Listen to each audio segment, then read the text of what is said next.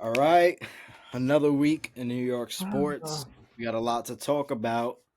It's been a little bit since our last video, I believe. Alex, you were away. You were up in Orlando for a little bit. So Take we're me back, and Take me.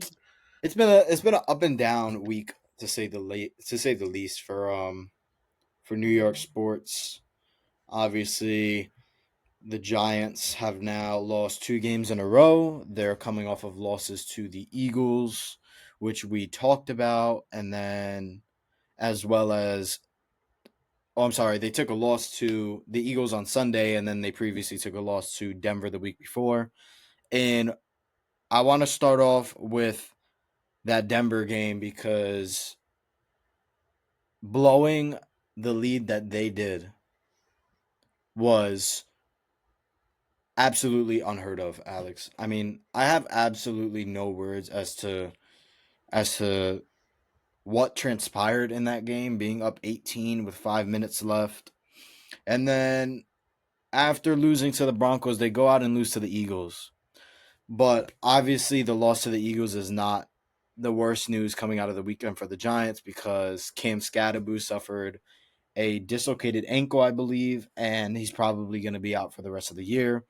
So it feels like, this is a rough topic to talk about because, I mean, dude, it feels like yesterday that we were recording a video talking about, neighbors being out for the year. And now Scatterboo is added to that list. So, Yeah, uh, I mean, what do you make of the Scatterboo injury? Because, like, I'm just this is just it's insane the luck that the Giants have been getting this year. I mean, we finally found a guy who could really man down the quarterback position for us, and then we go out and lose our top wide receiver and our breakout rookie running back. yeah. I'm more disappointed not that we've lost the last 2 weeks. The fact that we've lost our two best offensive players.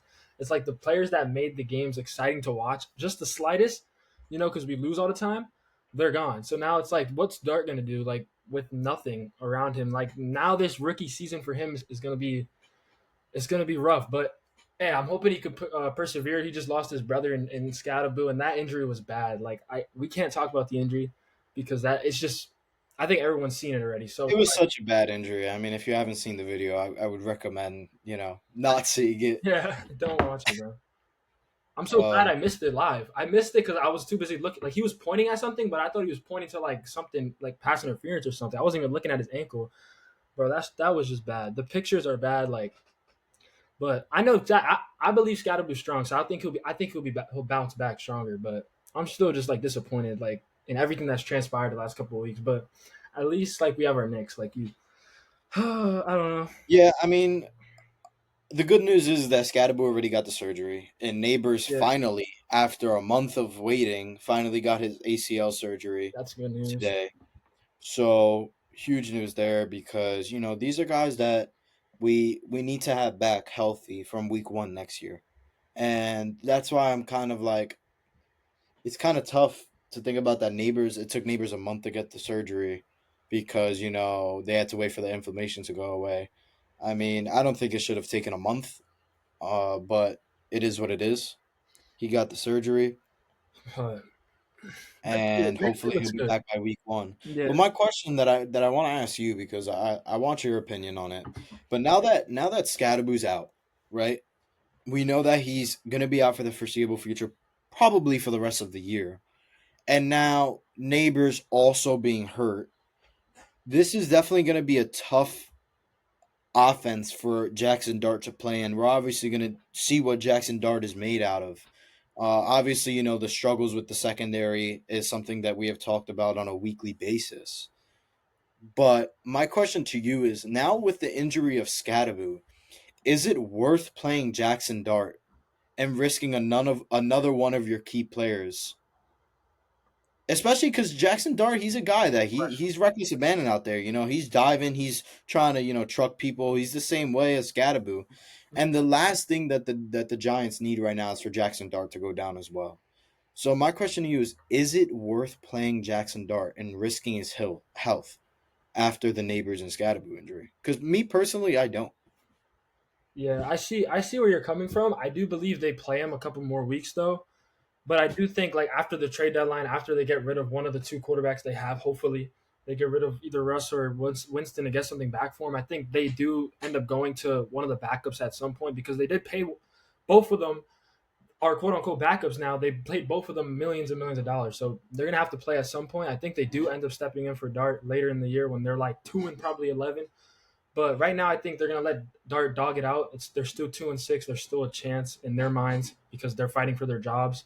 But from a fan's perspective, we know this season's over. So what was the question again? If Dart should be, I think he should. I'm gonna agree with you. I think he should not play, but I do think they handle it like they're gonna play him a couple more weeks, see where they're Couple at, more. and then Yep. you know I agree because especially with the trade deadline coming, obviously the yeah, question was the Giants were in the hunt for a wide receiver, but that now was when you lose two games that you should have yeah won, I mean you should have been 4-4 right now, and you're sitting at what 2-6. yeah So it's tough. Are they really going to be buyers? I don't think that. I don't think so. I think they're going to be sellers. I think out of the quarterbacks, the guy that needs to be moved is Russell Wilson, because Jameis Winston is signed for a 2-year deal, so you don't have to worry about going out and signing a backup quarterback for next year because you already have him in Winston. yeah. So, and Winston's obviously been a good clubhouse guy, as we know. I mean, the players have spoken so highly of him.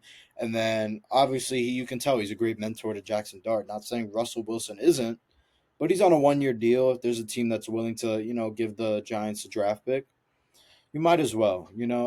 It's just disappointing that this is the conversation we're having because we could have been having a very different conversation if these injuries didn't occur, which is a bigger if. But if they would have just won some of the games that they easily could have won, like the game in Denver, and obviously Dallas played phenomenal in that game as well. But the Giants had multiple chances to beat Dallas in week 2, and they didn't. Mm-hmm. So obviously, it's going to change their whole philosophy when it comes to the trade deadline, and it's unfortunate because even with the injuries, this Giants team is so unbearable to watch when they're on defense now because the secondary has been so bad. But even with the Skattebo and Neighbors injury, I still think Giants fans are intrigued to see how the offense does. And it's really not the offense, it's really just to see how Jackson Dart does because I think every Giants fan knows that this is the best quarterback that we've had in a while. Yeah, And in terms of, what he showed us and the glimpses that we've seen, Jackson Dart looks like he could be a franchise quarterback here, but at the end of the day, it's going to be hard to be a franchise quarterback when your wide receiver one is, Wandale Robinson, no disrespect to him, but your wide receiver two is Lil Jordan Humphrey. So, I mean, it's rough out here for the Giants, man. I really don't think they're going to buy at the deadline. I think they're going to sell, and hopefully they get a top pick of the draft. And my God, if they don't draft a DB, I mean, what are they doing? and they're gonna. But Because they need corner help desperately. I was gonna ask you this actually, um, the other day, but I'm glad I can ask it now. There's actually like I looked at the draft and there's really I want to take a cornerback or a receiver in the draft. Obviously, I do think they need offensive line, but they can get that somewhere else. I do want them with their first round pick to take a wide receiver or a corner, but there's no good cornerbacks. Like let's say they finish in the top 5 again in the draft. There's no good cornerbacks top 5. Do you think they trade down? I don't know. What I like mean, obviously it depends on where they end up in the draft order, yeah right? Because there are some decent corners out there. I think obviously there's still a lot to be seen. There's a lot left in the college season. I mean, let's be honest, like so much change leading up into last year's draft towards the end. You know what I mean? Because there were guys that jumped off the leaderboard, you know, tremendously. But the standalone number one guy, according to ESPN for the 2026 NFL Draft, for in terms of corners, is Jermod McCoy out of Tennessee, Tennessee, yeah. which he's solid. He's a good corner. The question is he worth taking at number 5? Is he worth taking at a number 4, number 6? Yeah. That's a question to be seen. I think Joe Shane is the type of GM where he doesn't draft based off of need. He drafts based off of best available player. So it's going to be interesting to see how he addresses this NFL draft because this is more of an NFL draft for them where even though this is so far in the future, but we know where the team stands and how it's aligned right now. This isn't the kind of draft where you draft best available. This is a draft where they need to get guys based off of team needs because when you look at the construction of this team, when healthy, is not far off. They have talent on the pass rush. We know that. When healthy, they have two very good running backs in Skattebo and Tracy.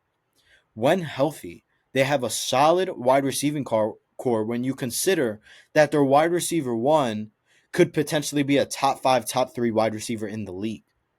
So they're not far off, especially when you consider the O-line hasn't played bad.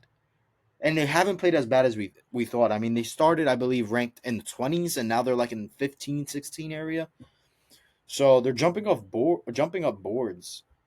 So my point being, they're not far off. I really don't think they are, but they need help in the secondary, and their guys got to stay healthy. I still think they could shore up the offensive line. Still, can't expect it to continue to perform the way it has. Going into next year, but I do think corner is, you know, a need for them. I really do. Yeah, Avion Terrell is there as well from Clemson. He's a solid option as well.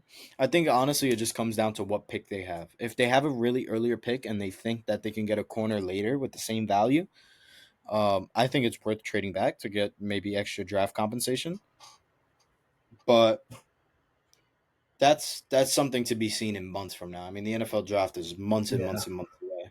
Giants really just have to focus on how they're going to play because they have the 49ers this week. So, a winnable game, it is. especially when you consider Fred Warner being out. And Brock I don't Purdy's believe Brock sucking. Purdy's playing No, either. no, he is. He played last He week. is. He's freaking trash. The fans are screaming they want Mac Jones back. It's actually crazy. So then that's something that the Giants need to take care This of. is no the Niners But game was a game I thought they could have won a couple weeks ago before they played the Broncos when they looked good. But now it's like, bro, there's all I think everything that this team had has just been stripped out. Like that fourth quarter, they're done. Yeah, that fourth quarter 32 against the points given Broncos, up in the fourth quarter against the Broncos killed their season. pretty much. So, But see, welcome to being a New York Giants fan. That's what it's all about. literally, bro. But I want to switch topics because kind of going from a gloomy subject to finishing up on a high note because basketball is back. Our Knicks. Opening week just wrapped up. We're now into week 2 of the NBA season. The Knicks have started off 2-1. They're coming off of a loss against Miami, but they have Milwaukee tonight. Looking to move to 3-1. But he's got the Jalen Brunson jersey out. Respectable purchase. Yes, sir. Safe purchase. He's never gonna leave us. Definitely. But yeah, I mean, to speak about the last game, the bench was just putrid. I saw a stat, it was like Shamit, Clarkson, Uberselli, 3 for 20 off the bench. Like They did not shoot good at all yeah, from the three that game was against bad. Miami. They were It still was in really it good. though. They were still in it, and they shot terrible. So hey, that goes to show like how good of a team they are. Defense has been really good. Really, really good the first 3 games. Exactly. But yeah, I have all the confidence in Jalen Brunson. I actually got the signed Oh shoot! plaque. I knew that. So It's still so tough seeing it. we understand here who the king of New York really is, and it's Jalen Brunson, because he delivers. Facts. Unlike some players in other states. But not, bro. You ready? To end off every episode with this. I don't know how Aaron Judge gets brought into every video, but it's all good. I didn't say Aaron Judge. Yes, okay. I didn't say Aaron Judge. You said Aaron Judge. I didn't. I'm just saying. Who else? You're gonna say one of our Giants players? I don't know. Who was I gonna say? Exactly. I didn't say Judge though. That was you. I didn't say Judge. You I wanted didn't say to. Judge. I don't know why. Like when I said unclutch, Judge came to your mind. I don't know. I don't know why. Did it not? Yeah, but when you brought up the clutch aspect, you knew what you were doing. But it's all good. I don't know. It's all We'll good. see. We'll be back next year. No, but going back to the Knicks, they've looked really good, and although they did come off that loss where they shot the three ball really bad, the defense has looked consistent over 3 games, and especially in those first 2 games against Cleveland and Boston, they played very They well. played really good. So So I'm interested to see how they play tonight against Milwaukee. Obviously, they got to go against Giannis and the Bucks. is it a home game? It is an away game. They're in Milwaukee, Damn. so another gloomy stadium they get to play in. But I like what Mike Brown has done so far. Obviously, it's early in the season.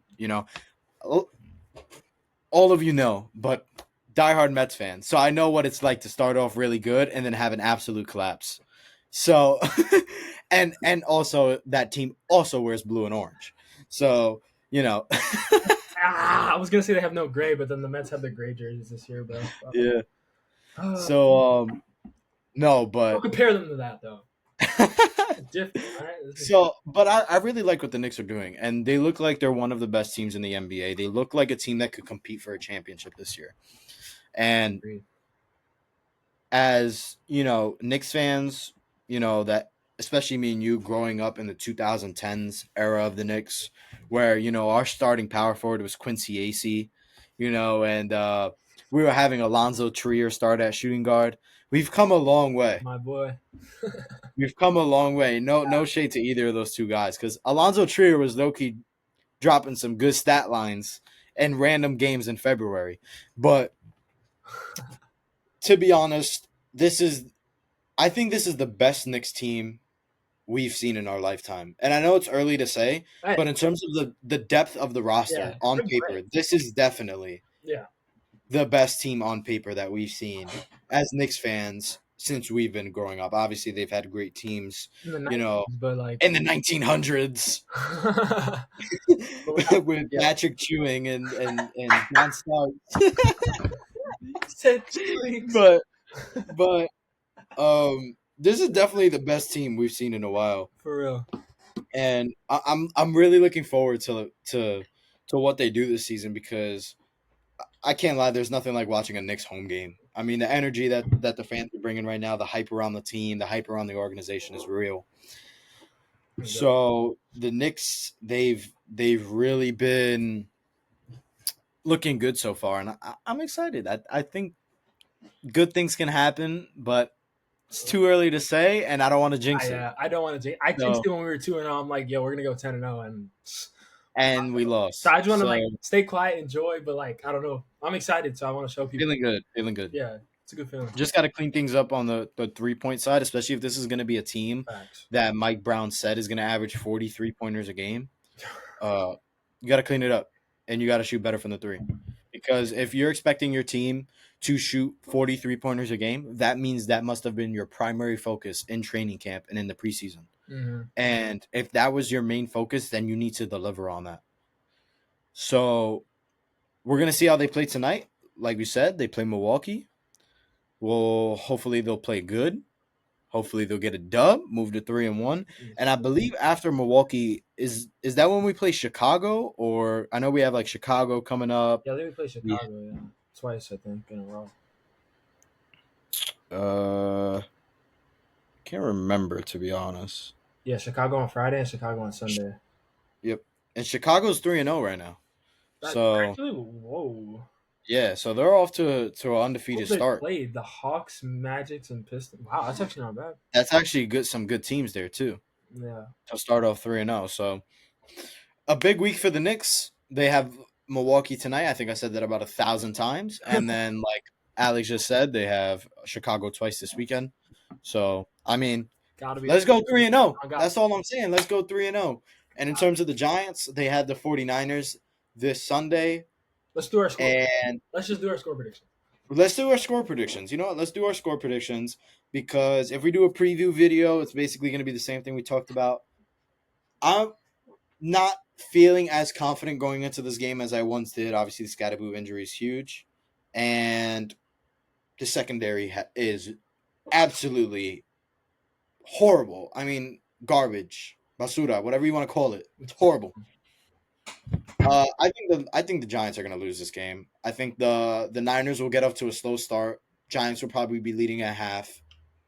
49ers will have no points. going into the second half. They'll bring out Mac Jones, and they're going to score 24 points unanswered, and the Giants are going to lose this game 24-13. That is going to be my prediction. And no shade to Jackson Dart. I just think, he's lacking weapons. It's tough. And Niners defense is still a really good defense. So 24-13 is my final 49ers win. And all we can pray is that another one of our big stars doesn't get hurt again. That's my prediction for this Sunday where the Giants play the 49ers. Facts. I'm gonna have to disagree with you on this one though. I'm gonna have the Giants losing, but I do think I don't know the Giants defense has given up 30 plus points the last 2 games. I think that streak continues, and I think it's gonna continue the rest of the season until Shane Bowen is gone. So I'm gonna have them losing 35-27. I think they're gonna score a lot towards. It's gonna be like close, but they really were down like 35-17, and they scored like 10 points late. Like that's literally how I picture it going. I like that. I like that prediction. Yeah. We both guessed complete opposite. So I think the Giants, as sad as it is to say, the Giants defense only giving up 24 points is a little generous for me. But I'm saying, I mean, you got we'll see. I mean, We'll see. I don't know. We'll see. bad, but damn, I think it's more of a Brock Purdy thing, it could be. but who knows? They also have good receivers. So Yeah, like our secondary is not gonna be able to guard nobody. So yeah, Ricky Purcell's definitely going for 200. So if you have him is Ayuk in back? fantasy or anything like that, make sure you start him. Yeah, start any receivers against the Giants or any offensive player against the Giants. Just start them, bro. Yeah, seriously, because it has been bad. It has been really bad. But that's basically going to do it for us here. One last announcement. The MLB World Series is currently going on right now. Obviously, we didn't cover that in this video. But as of right now, the Dodgers are leading 2-1. I believe Game 4 is tonight, coming off of a crazy 18-inning game. But the announcement I'm going to make is to stay tuned to after the World Series. Because after the World Series, we're going to have a video that is going to break down our complete reactions to the winner of the World Series series as a whole, and also a couple of days after the World Series ends, right before MLB free agency starts. It's gonna be The fun. Empire podcast, me and Alex will be dropping our free agent predictions. This is why this whole channel started, with MLB free agent predictions last offseason. We're doing it again this season.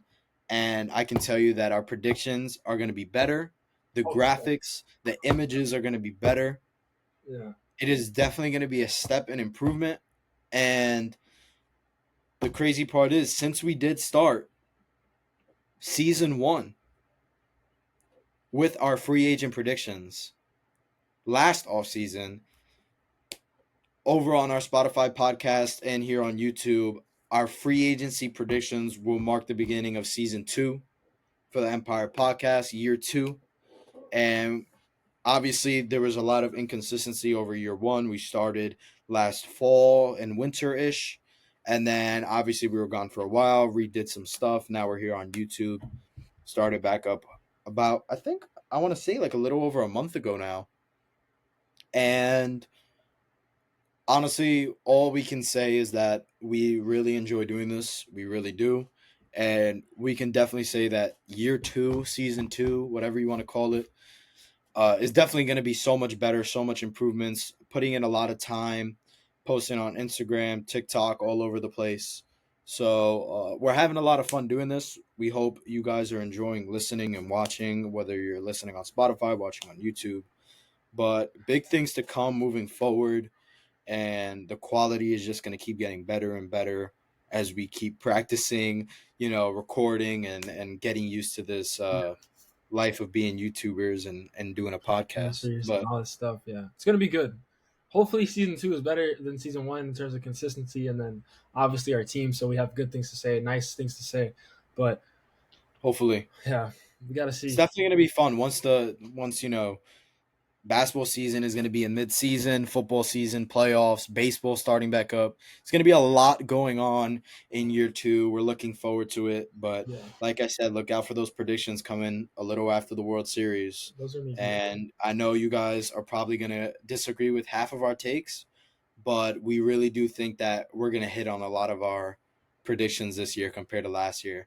Hopefully, because Alex had 3 of the top 10 free agents signing with the Baltimore Orioles, and that was not even close.